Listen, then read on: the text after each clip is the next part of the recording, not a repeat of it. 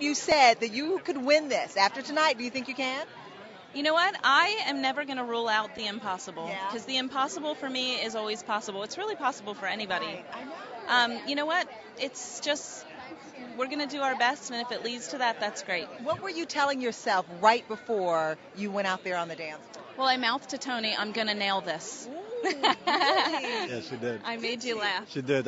Because we try to say stuff to each other that makes us laugh and enjoy this entire moment because we never want to let the pressure take over how important or how precious this moment is. Right. And I kept saying to her, remember, your kids are watching you. Okay. You know? Have you talked to any of the kids yet? They are in bed. We danced very late, and so they are in bed, and I will hear their comments tomorrow morning. But What can you imagine them saying?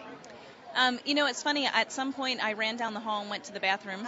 That's an exciting adventure in these dresses. Right. And I actually thought to myself, like every time the camera panned me, I could just hear them screaming, "That's mommy!" And I know that's what they were doing, and that comforts me because a lot of the work that I do, they don't get to see it. So I take home pictures or I try to describe what I did. On this occasion, they could see me, and it just made me smile. You know what? It's so interesting because I don't think any other couple here has had the pressure of the paparazzi that you two have had leading up. You guys are on the cover of magazines, coming out of restaurants.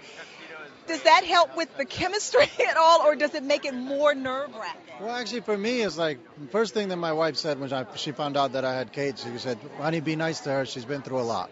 That's the first thing she said to me. And now experiencing it myself, the thing that is the most surprising for me is that people actually believe tabloids. And every day they make up stuff about her. And the thing is, it's like if you read tabloids and you believe them, then you must believe Elvis is alive. So one of the rumors, are you dealing with a diva here or no? Absolutely not. Absolutely not. I thought she was an incredible person before I met her. I still think that. In fact, she has grown in my list of people that I think are very important in my life. And to be honest with you, she's got an incredible heart. And you should see her with her kids. It's unbelievable. So to me, I don't care what anybody says. I know she's not. I think you got a babysitter here. My kids love him. He acts like a kid, and it's perfect. Like his energy, it's just great. They love him. I tell everybody I'm 6, and I have 30 years experience being 6. I've only heard that story 109 times. It's okay. What is it? How does it feel to have him say that? I just appreciate him so much. I appreciate his positivity. When there is like really nothing positive, he'll find something.